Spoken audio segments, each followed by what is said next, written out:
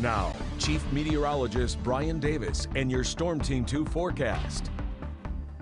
All right, well, the good news is the heavy rain has moved out. The bad news is the colder air is starting to move in.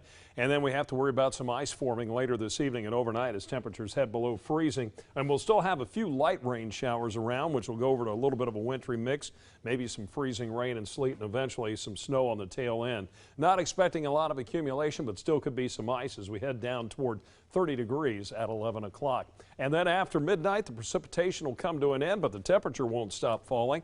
We'll end up around 20 tomorrow morning at 8 o'clock with mostly cloudy skies, but the clouds will break, upper 20s at noon and up near freezing in the afternoon with plenty of sunshine developing through the afternoon. But our weather headlines, that rain will go over to a wintry mix this evening, eventually to snow. Some of our far northern counties, Mercer, Auglaize, maybe northern Shelby, northern Dark, you may see up to about an inch of accumulation. Everybody else will be less than an inch. Down here in the Dayton area, even less than a half inch. And then watch out for some icy conditions after midnight from the standing water out there. That could start to freeze, not to mention the runoff on the roads could create some icy patches for tomorrow morning as well. Clouds break Friday. We'll see that sunshine come back. There's a slight chance of a snow shower later Friday night after midnight, but back to a lot of sunshine over the weekend, but a cold Saturday in the 20s, up near 50 though for Sunday afternoon. And some of our rainfall totals, Bill tells her out in the Fairborn Beaver Creek area, 1.5 inches. Gary Rust in Camden, 1.7 inches of rain today, and John Kingham up around that 1 inch mark. So about an inch, 1.5 inches to 2 inches of rain has fallen. We have flood warnings in effect, mainly along and south of Interstate 70, flood watch north of there. But as I mentioned, the heaviest rain has moved out, but watch out for streams, ditches running high with water.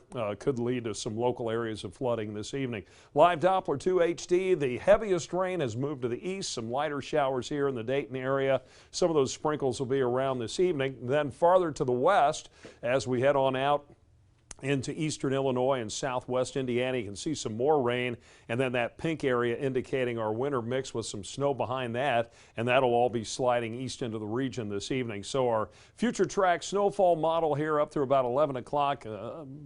3/4 of an inch or so up near Salina, half inch around Wapakoneta, and by the time it's all said and done, you can see those light snowfall amounts, but enough to create some ice out there, especially with all the water and the severe weather threat with the tornadoes. That's mainly down south there, just to the southwest of Birmingham, a tornado warning in effect at this time. Lows tonight dropping into the mid to upper teens north. We'll bottom out right around 20 here in the Dayton area, and then only up near freezing tomorrow. Nothing like what we had today. Here's your time lapse. You can see that rain heavy at times this afternoon. The wind shift to the north and northwest, allowing the raindrops to hit the camera lens. And right now in Dayton, we're quickly dropping. We're down to 35 now with a north wind at 22 and a wind chill factor at 24. Down to freezing at Minster and Greenville, 33 in Eaton.